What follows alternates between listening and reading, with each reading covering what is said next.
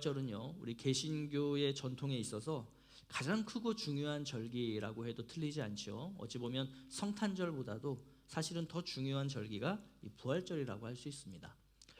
사순절, 고난주간, 그리고 이 부활주일로 연결되는 이 기간은 길기도 길지만 성경의 핵심을 가장 깊이 되새길 수 있는 시간이고 또 묵상할 수 있는 그러한 과정이기 때문입니다.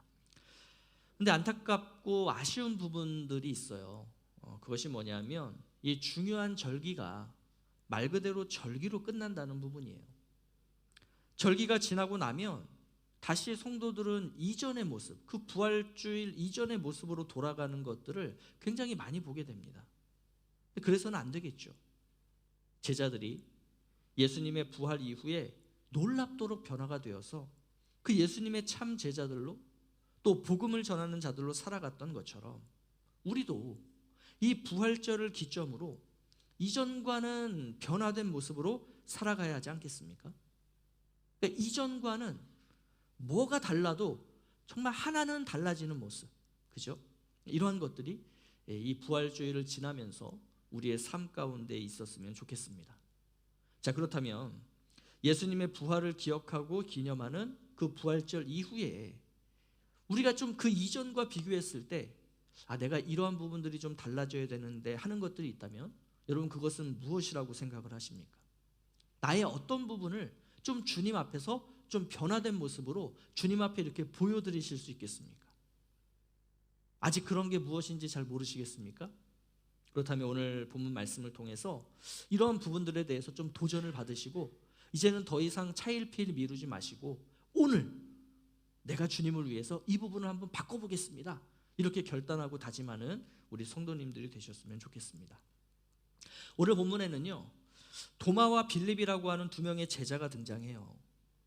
이들의 그 모습을 보면 자꾸 이렇게 예수님의 그 부활절 이전의 모습으로 돌아가려고 하는 그러한 오늘날 우리 그리스도인들의 모습들이 담겨져 있습니다. 자, 그 모습들이 뭔가를 우리가 이 두 명의 제자를 통해서 한번 보기를 원하는데요. 자, 먼저 도마의 좀 모습을 살펴보겠습니다. 자, 도마가 5절에서 주님께 이렇게 이야기를 해요. 함께 다시 한번 보죠. 자, 다 함께 시작. 도마가 이르되 주여, 주께서 어디로 가시는지 우리가 알지 못하거늘 그 길을 어찌 알겠사옵나이까. 주님이 지금까지 거듭거듭 말씀하셨어요. 예수님께서는 십자가의 길, 죽음의 길을 가셔야 한다라고 말이죠. 이 길을 가야 지금까지 말씀하셨던 그 모든 약속들, 구약에서 약속되었던 약속들, 이게 다 성취가 된다는 것이었어요. 그런데 제자들은 여전히 주님 어디로 가시는데요? 어디로 가시는지 저는 몰라요, 이러고 있는 거예요. 그럼 여러분, 오늘 우리는 이러한 제자들의 모습을 보면서 속에서 어떤 생각 드세요? 이런 생각 안 드세요? 뭐 이런 답답하고 뭐 이런 무지한 사람들이 다 있나? 뭐 이러면서 막 이렇게 한탄스럽지 않으신가요? 그렇다면 한번 우리를 생각을 해보죠. 나를 한번 생각을 해보자는 거예요. 우리는 예수님께서 가시는 그 길이 십자가의 길, 그리고 죽음의 길이라는 거 알고 있습니까? 모르고 있습니까? 우린 이거 다 알고 있잖아요, 그죠? 그렇다면 그 예수님이 가시는 길이 그 길입니다. 이거 인정하는 거 어려운 일이에요? 쉬운 일이에요? 쉬운 일이잖아요, 그죠? 그 주님께서 예비하신 길이 그래서 십자가의 길이고 고난의 길이라면 제자인 우리도 그 길을 가야 한다라는 것, 여러분 이걸 알고 계세요? 아니면 이걸 모르고 계세요? 우린 다 알고 있잖아요. 그래서 그 알고 있는 대로, 믿고 있는 대로 나도 지금 그 길을 가고 있는가, 이것에 대한 문제예요. 그런데 오늘날 많은 예수의 제자들이 오늘 이 본문의 도마처럼 그 길을 부인하고 있다는 거예요. 모른 척하고 있다는 거예요. 그렇다면 오늘 저와 여러분은 어떻습니까? 우리는 내가 예수 그리스도의 제자로서 어떤 길을 가야 하는지를 알고 있고 지금 그 길로 걸어가고 계십니까? 자, 이러한 도마, 아, 주님 도대체 뭐 어느 길로 가시는데요? 아, 모르겠어요 저는. 이러고 있는 이 도마, 그리고 우리를 향해서 예수님께서는 이렇게 말씀하시죠. 자, 6절입니다. 다 함께 시작. 예수께서 이르시되 내가 곧 길이요 진리요 생명이니 나로 말미암지 않고는 아버지께로 올 자가 없느니라. 너무나 잘 아는 말씀이죠. 네. 우리가 아버지에게로 갈 수 있는 그 길. 그럼 이 아버지에게로 간다라는 게 뭐냐면, 예수님께서 우리가 지지난주에 살펴봤던 내용이죠. 1절부터 3절에서 뭘 예비하러 가신대요? 우리가 거할 거처, 주님과 함께 살아갈 곳을 예비하러 가시겠다 그러죠.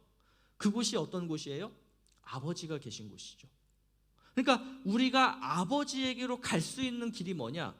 그게 오직 한 길, 예수 그리스도시라는 거예요. 그분이 가셨던 십자가의 길, 그분이 가셨던 그 고난의 길이 아니면 우리는 그 주님께서 마련하신 그 거처로 갈 수 없다는 거예요. 이 길은 예수님께서 먼저 가신 길입니다. 이 의미가 뭐냐면, 그 스승을 따르는 예수의 제자인 우리도 그 길을 어떻게 해야 된다는 거예요? 그 길을 가야 한다는 거예요. 이 십자가의 길, 이 고난의 길, 여러분 이게 가는 게 두려우십니까? 두렵죠. 두려워요. 그래서 예수님은 제자들에게 뭘 말씀하셨어요? 1절부터 3절에서 믿으라는 거예요. 소망하라는 거예요. 이 믿음과 소망만이 이 십자가의 길, 고난의 길을 걸어가야 하는 우리 제자들에게 힘이 되고 능력이 되고 위로가 된다는 거예요. 도마를 비롯한 제자들은 지금 당장 그 길을 못 갈 거예요. 왜? 이 사람들은 여전히 그 길을 가는 거를 모른 척할 거고 안 가려고 피할 거예요. 그렇지만 약속대로 주님께서 다시 오셔서 이 제자들과 함께 하실 때, 특별히 성령을 보내주셔서 주님의 영이신 성령이 이 제자들과 함께 하실 때, 이 제자들은 어떻게 할까요? 능히 그 길을 가게 될 거예요. 그리고 실제로 우리는 알잖아요. 이 제자들이 지금 이 시점에서는 모른 척하고 그렇게 어디로 가시는데요 주님? 이러고 있지만, 이들이 성령을 받은 후에 어떤 삶을 살았는지 너무나 잘 알고 있지 않습니까? 이 제자들이 어떤 삶 살죠?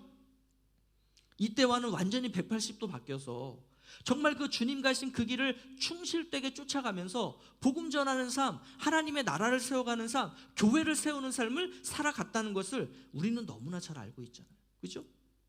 그럼 이제는 누구 차례예요? 우리 차례라는 거예요. 우리 차례라는 거예요. 우리 안에 성령께서 계시잖아요. 그렇다면 우리도 그 십자가의 길, 고난의 길, 그 주님이 먼저 가신 그 길을 이제는 우리도 따라갈 수 있다라는 것입니다. 자, 여기서 우리가 이 도마의 질문과 예수님의 대답을 좀 다시 한번 보면 좋겠어요. 자, 도마가 이렇게 말해요. 주님, 어디로 가시는데요? 저 주님이 어느 길로 가시는지 우리는 모르겠어요. 저는 모르겠어요. 이렇게 했어요. 그러니까 지금 도마는 어떤 거를 지금 묻고 있냐면, 예수님 왼쪽으로 가실 거예요? 오른쪽으로 가실 거예요? 앞으로 직진하실 거예요? 아니면 유턴하실 거예요? 그러니까 이 방향성, 그러니까 장소성을 가지고 지금 묻는 거죠. 근데 예수님은 뭐라고 대답해 주세요? 내가 곧 길이요 진리요 생명이니 나로 말미암지 않고는 아버지께로 갈 수가 없다. 나로 말미암는다. 여러분 이건 어떤 의미냐면 인격적인 걸 의미하는 거예요. 그러니까 어떤 장소적 개념이 아니라 주님과의 인격적인 관계를 어떻게 누리고 살아가느냐, 이걸 말해주고 있는 거예요. 그래서 이 나로 말미암다는 거는 이렇게도 표현할 수 있어요. 나와 더불어, 나와 함께, 나를 거쳐서, 나를 신뢰함으로, 나를 소망함으로, 이런 의미인 거죠. 우리가 아까도 찬양했잖아요. 마라나타 주 예수여 어서 오시옵소서. 이거 우리가 주님이 다시 오실 걸 소망한 거잖아요. 이게 주님과의 인격적인 관계고, 이것이 바로 주님이 말씀하신 나로 말미암는다의 하나의 의미적인 모습이다라고 할 수 있는 거죠. 그래서 여러분 한번 이런 그림을 한번 그려보시면 좋겠어요. 여러분이 한번 도화지를 머릿속에 한번 쭉 펼치시고 한번 이런 그림을 그려보십시오. 지금 나는 내 키보다 더 큰 그러한 가시덤불로 우거져 있는 그러한 이제 숲에 도달했어요. 그리고 나는 지금 이 숲을 뚫고 앞으로 전진을 해 나가야 됩니다. 근데 어떻게 이 숲을 통과해서 가야 되지 하고 이렇게 보니까 그 숲에는 지금 다양한 갈래길들이 나 있어요. 여러 가지의 길들이 나 있는 거예요.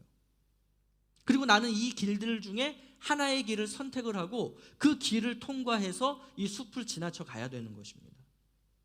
근데 그 길마다 보니까 이정표들이 붙어 있어요. 어떤 길에는 이런 표가 붙어 있어요. 부처가 만든 길. 또 어떤 길에는 이렇게 되어 있어요. 마호메트가 만든 길. 또 어떤 길에는 돈으로 만들어진 길. 또 어떤 길에는 명예와 권력으로 만들어진 길. 이런 길들이 있는 거죠. 근데 저 길 중에 하나는 되게 이렇게 삐뚤빼뚤하고 뭔가 길도 되게 어설프게 나 있고 뭔가 이렇게 좀 답답한 그런 길 같은 게 있어요. 그 길은 뭔가 하고 그 이정표를 보니 예수가 만든 길 이렇게 돼 있는 거죠. 자, 그럼 여러분, 우리는 어느 길로 가야 될까요? 우리는 어느 길로 가야 되겠어요? 딱 봐도 알지요, 내가 가야 될 길이 어디인지. 그게 제자라고요. 지금 도마가 뭐라 그래요? 어디로 가는데요? 모르겠어요. 지금 이러고 있어요. 제자인가요? 우리는 어떠냐는 거예요. 어디로 가야 되는지 몰라요? 알아요. 왜? 우리의 스승이 누군지를 아니까. 주님이 저 길을 어떻게 만드셨는지 아니까. 제자라면 어느 길로 가야 되는지를 모를 수가 없다는 거예요. 우리의 스승 되신 예수께서 나보다 먼저 앞서 가시면서 그 길을 만드신 걸 다 아는 거죠. 그럼 여러분 한번 생각해 보세요. 도마 몰랐다 그래요? 모르겠다 그래요? 진짜 몰랐을까요? 아니면 알면서도 그 길로 가는 것이 두렵고 싫어서 부인했을까요? 어떻게 생각하세요? 저는 이 시점에서의 도마는 진짜 몰랐다라고 봐요. 그렇다면 우리는요? 지금 몰라서 그 길로 안 가는 겁니까? 우리는 반드시 그 수많은 갈래길 중에 하나를 선택을 하고 지금 그 어떤 길인가로 가고 있을 거예요. 그러면 그 길이 예수가 만든 길이냐는 거예요. 주님이 이렇게 말씀하세요. 오직 한 길만이 아버지께로 가는 길이다. 수많은 갈래길들이 있고 그 길들은 너무나 잘 닦여 있어요. 너무나 걸어가기 편해요. 너무나 가기 좋은 길이에요. 아름다워 보여요. 그렇지만 아버지께로 가는 길은 어떤 길이라고요? 오직 한 길이라고요. 그 길이 어떤 길이에요? 바로 나, 예수 그리스도, 생명과 진리된 나다라고 주님은 지금 말씀하고 있는 거죠. 여러분, 사람이 두 길을 동시에 갈 수 있습니까? 갈 수 있어요? 나는 예수가 만든 길도 걸어가면서 동시에 돈으로 만든 길도 가야지, 이 두 가지의 길을 동시에 갈 수 있어요? 사람은 그럴 수 없어요. 반드시 어느 하나의 길을 선택을 해야 되고 그 길로만 갈 수 있는 겁니다. 그러면 우리가 가야 하는 길은 예수님이 만들어 놓으신 길인데 주님이 그 길을 어떻게 만드신 거예요? 맨손으로 그 가시덤불의 가시들을 다 뜯어내면서 그 길을 만들어 두신 거잖아요. 주님이 그 길을 만드실 때 그 가시에 손 뜯겨가면서 그 피 철철 흘려가면서 온몸 다 까여가면서 그렇게 그 길을 만드셨잖아요. 왜요? 내 뒤에 따라올 제자들은 이 가시에 찔리지 않도록 하기 위해서. 그 가시들, 그 튀어나오는 가시들을 온몸으로 맞으면서 그렇게 주님은 가셨잖아요.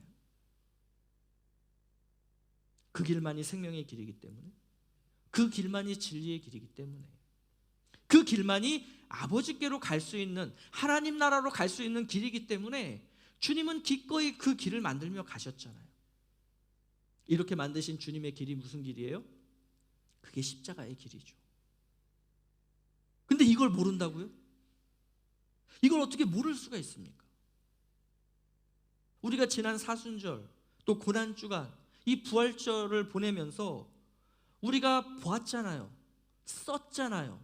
묵상도 했잖아요. 여러분, 그 내용들 다 뭐예요? 당시 도마를 비롯한 제자들은 그나마 핑계댈 수 있었어요. 아직 십자가의 주님을 경험하지 못했으니까요. 그렇다면 우리는요? 핑계댈 수 있을까요? 나는 몰랐다고. 이 길이 주님이 만드신 길인지 나는 몰랐다고. 이렇게 핑계댈 수 있겠냐는 거예요. 핑계댈 수 없죠. 우리는 주님이 어디로 가셨는지도 알고 주님만이 길이요 진리요 생명 되신다는 것을 우리는 알고 있으니까요.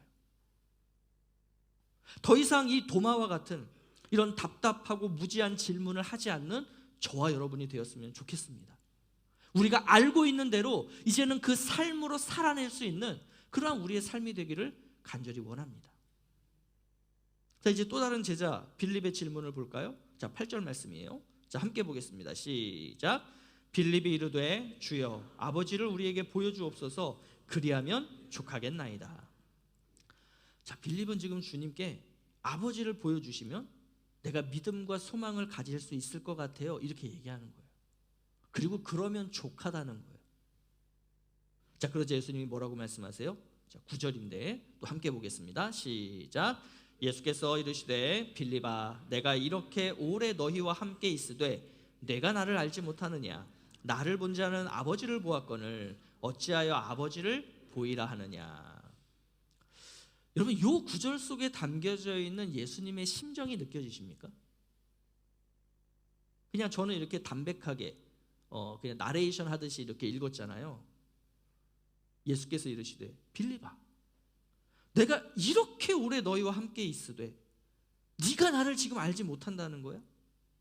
나를 본 자는 아버지를 본 건데 어찌해서 지금 와서 아버지를 보여달라고 하니? 이 심정이 느껴지시냐고요.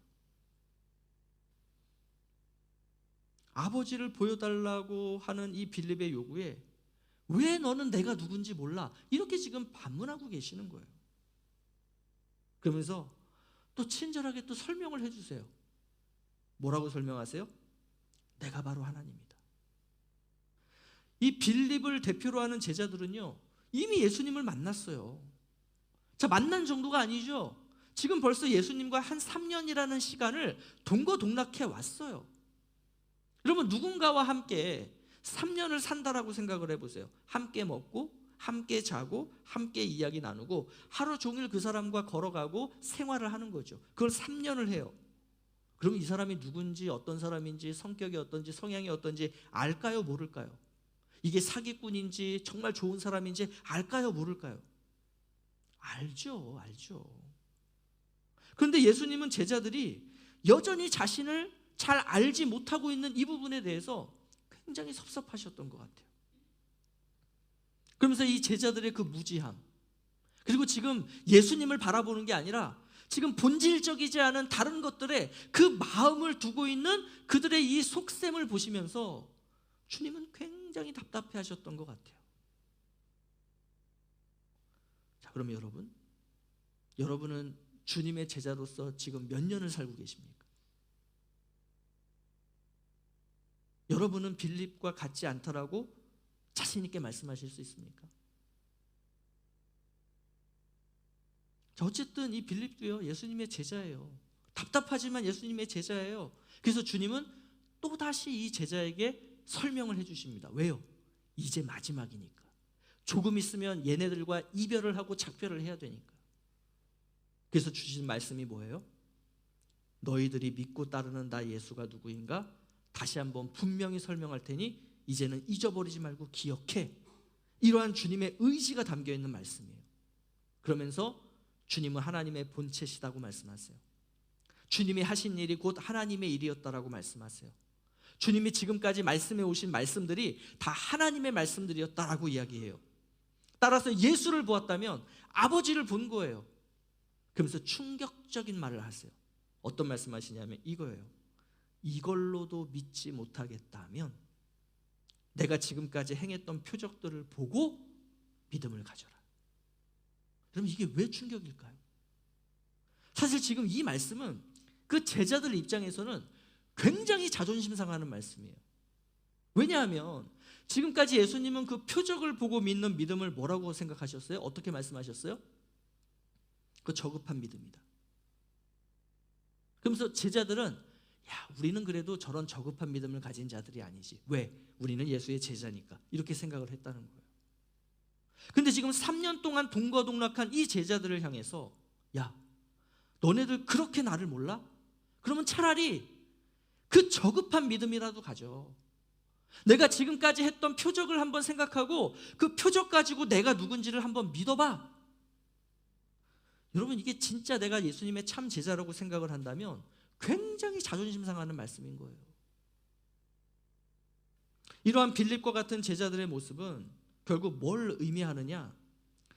내가 믿고 싶은 만큼만 예수님을 믿고 내가 따르고 싶은 만큼만 예수님을 따르겠습니다, 이런 태도들을 가진 그러한 신앙인들을 보여주는 거예요. 예수님께 뭐라고 말씀하시던, 예수님께서 뭘 보여주시던 내가 그냥 믿고 싶은 것만 믿겠다는 거죠. 내가 따르고 싶은 것만 따르겠다는 거예요. 내가 알고 있는 수준만큼만 예수를 믿겠다는 거예요. 그래서 그게 좀 부족해 보이길래 예수님에 대해서 좀 더 아시면 어떨까요? 성경 공부 좀 하시면 어떨까요? 구역 모임 좀 나오시면 어떨까요? 필요 없다는 거예요. 그냥 내가 알고 있는 것도 충분하니 나는 그냥 요만큼만 가지고 내가 예수 믿고 따르겠다는 거예요. 더 알고 싶지도 않고 알려고 하지도 않겠다는 거예요. 예수님께서 뭐라고 말씀하시던 그건 내 관심이 아니고 내가 원하는 것이 아니기 때문에 안 듣겠다는 거죠. 반면에 내가 하고 싶은 게 있어요. 또 내가 옳다라고 여기는 게 있어요. 그러면 그게 주님의 뜻과는 상관이 없는 것임에도 불구하고 이게 주님의 뜻이라는 거예요. 이게 주님이 나에게 원하시라는 거예요. 여러분, 이게 바로 빌립이 보여주고 있는 신앙인들의 모습이라고 할 수 있는 것입니다. 자, 이러한 믿음의 수준을 가진 제자들, 그리고 오늘날 우리들이 그렇기 때문에 주의하고 그래서 붙잡아야 되고 그래서 깊이 묵상해야 되는 말씀이 뭐냐? 그게 6절 말씀이에요. 6절 말씀이 뭐였습니까? 내가 곧 길이요 진리요 생명이니 나로 말미암지 않고는 아버지께로 올 자가 없느니라. 여러분, 내가 곧 길이요 진리요 생명이니, 이 말씀은 그 성경에 보면 나는 땡땡이다, 나는 무엇이다, 이렇게 하나님이 자기 자신을 설명해 주시는 내용들이 있죠. 그 중에 하나가 우리가 어떤 부분들을 같이 좀 생각하면 좋겠냐면, 하나님은 사랑이시다, 이 맥락에서 우리가 오늘 이 본문을 볼 수 있을 것 같아요. 자, 그러니까 우리가 여러분들이 성경을 읽으실 때 나는 무엇이다 라는 하나님께서 자기 표현을 하셨다면 쭉 읽어 가시다가 그 자리에서 딱 머무십시오. 그리고 그 말씀이 어떤 의미인가를 한번 깊이 있게 묵상을 하십시오. 자, 그러면 한번 묵상을 해보죠. 하나님은 사랑이시다. 자, 여기서 이제 우리가 멈춰요. 하나님이 사랑이시다는 게 어떤 의미지? 여러분, 한번 하나님은 사랑이 풍성하시고 풍성하시고 풍성하세요, 이것과 하나님은 사랑이시다, 이것과 어떤 차이가 있을까요? 굉장히 큰 차이가 있어요. 자, 하나님은 사랑이 풍성하신 분이다, 이렇게 되어 있다면 누군가에게는 그 풍성한 사랑을 주시는 분이시지만 한없이, 그리고 양껏, 근데 어떤 사람에게는 그 풍성한 사랑을 어떻게 하시겠어요?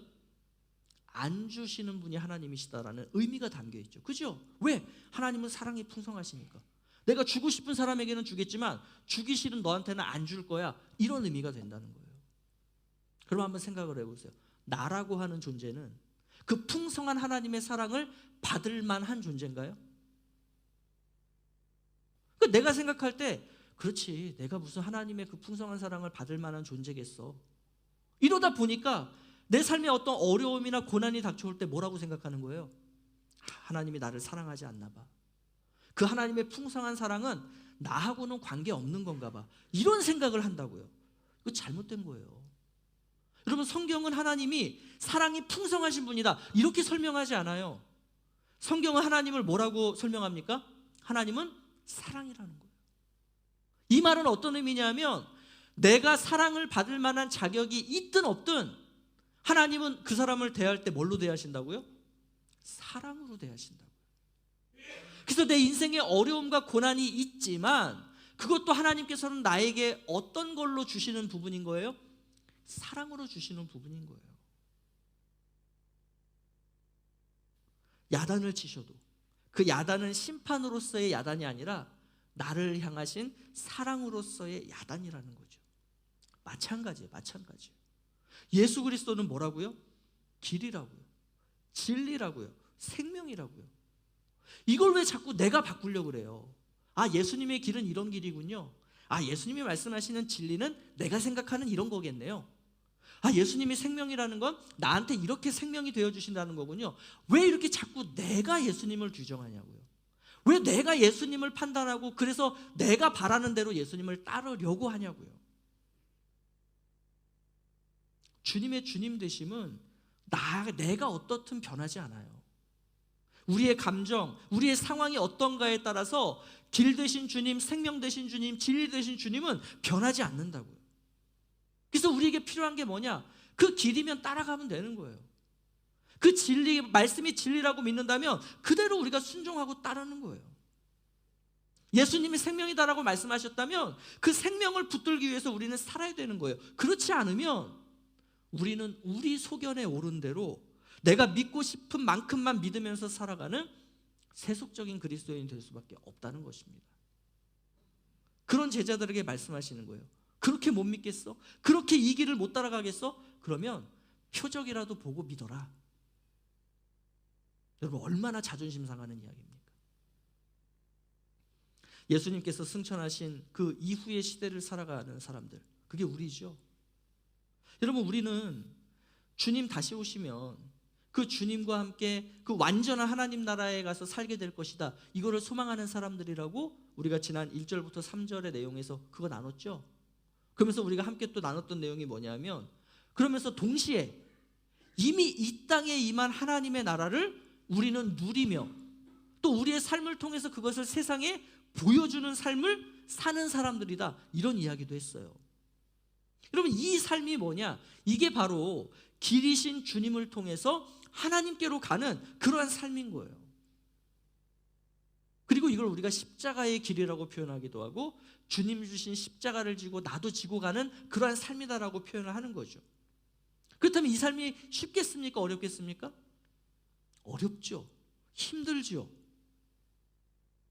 자, 그런 제자들에게 주님이 그래서 이 말씀을 해주시는 거예요. 자, 우리 12절부터 14절 말씀을 보겠습니다. 자, 다 함께 시작. 내가 진실로 진실로 너희에게 이르노니 나를 믿는 자는 내가 하는 일을 그도 할 것이요 또한 그보다 큰 일도 하리니 이는 내가 아버지께로 감이라.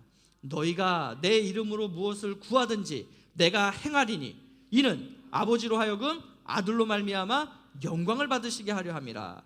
내 이름으로 무엇이든지 내게 구하면 내가 행하리라. 아멘. 안타까운 게 이거예요. 우리가 요 구절만 딱 떼어놓고 보니까, 그래서 앞뒤에 어떤 내용들이 있는지는 생각도 안 하고 이 구절을 보니까, 그래서 우리가 어떤 기도하는 거예요? 우리의 개인적인 욕망, 뭔가 불공평한 걸 알면서도 나한테 이걸 해달라는 어떤 간구, 그죠? 또 이게 누군가에게는 악한 일이 될 건데 나를 위해서 그거를 해달라는 어떤 이런 간구들을 그래서 우리가 하게 되는 거죠. 마치 이런 거죠. 그래? 야, 이렇게 내 이름으로 구하면 다 주셔? 그러면 주님, 저 이번에 로또에 1등 당첨되게 해주세요. 예수님의 이름으로 기도합니다. 아멘. 이러면 어떻게 해주신다는 거예요? 당첨되게 해주신다. 이렇게 생각들을 우리가 한다는 거죠. 또 주님, 제가 이번에 시험 공부 일부러 하나도 안 했어요. 근데 제가 이 시간 기도하니까 저 100점 맞게 해주세요. 예수님의 이름으로 기도합니다. 아멘. 그러면 공부 하나도 안 한 나는 100점 맞고, 공부 열심히 밤새서 한 정말 열심히 노력한 친구는 99점 맞아서 내가 1등 하게 되는. 여러분, 이게 공평한 겁니까? 그러니까 주님이 이렇게 우리에게 기도하라고 오늘 이 내용을 주신 게 아니라는 거죠. 그죠? 예수님의 이름으로 무엇이든지 구하면 다 행하시겠다라는 것은 우리가 지금 앞에서 살펴봤던 도마의 이야기, 빌립의 이야기, 예수님이 행하셨던 이 이야기들을 생각하고 그 맥락에서 오늘 이 이야기를 봐야지, 이것만 딱 띄워놓고 우리가 기도를 하니까 늘 우리는 어떤 기도하는 거예요? 진짜 뭐 그런 기도. 다른 사람들은 다 못 누리는 걸 나만 누리게 해달라. 뭐 내 자녀가 좋은 성적 받게 해달라. 좋은 대학 들어가게 해달라. 우리 남편 승진하게 해달라. 이런 개인적인 어떤 일들을 그래서 기도를 하는 거죠. 주님은 그런 기도하라고 이 말씀하신 게 아니라고요. 우리가 이 세상을 살아가야 돼요. 그 십자가의 길, 고난의 길, 주님 가신 길을 뒤따라 가야 돼요. 그리고 믿음과 소망으로 그 길을 따라가려고 해요. 그렇게 예수의 제자로 이 세상을 살아가는데 세상이 우리를 핍박하는 거죠. 그렇게 살지 못하게 방해하고 막는다는 거예요. 하나님 나라를 실현하는 그 일들을 이 세상이 얼마나 방해하겠어요? 여러분, 그러한 상황 속에서 우리에게 필요한 게 뭘까요? 그게 바로 하나님의 능력이죠. 하나님의 도우심이죠. 이것을 우리의 삶 속에서 어떻게 받아서 누릴 수 있느냐? 이렇게 세상의 도전과 방해 속에서 어떻게 우리는 제자로서의 삶을 살아갈 수 있겠느냐?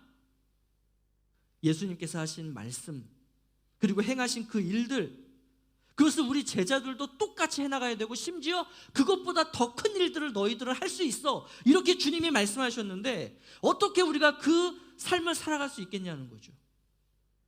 그게 바로 기도라는 거예요. 그때 너희들이 제자로서 이 세상을 살아가는 데 있어서 힘들고 어려울 때, 그때 너희들이 내 이름으로 간구하고 기도하면, 그러면 내가 들어줄게. 내가 너희들과 함께 할게. 내가 응답할게. 그래서 나보다 더 큰 일들을 너희들이 할 수 있도록 내가 도울게. 그래서 지금 주님이 어디로 가시겠다는 거예요? 아버지께로 가시겠다는 거예요. 그 아버지께로 가신 주님이 지금 뭐하고 계세요? 그 주님의 우편에 앉으셔서 우리를 위해서 중보하고 계신 거잖아요.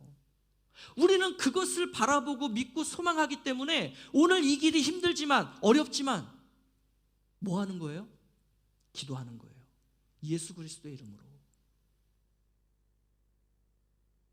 자, 그렇다면 이제 부활절 이후에 내가 뭔가 좀 하나라도 변화되어야 되는데 그게 뭘까?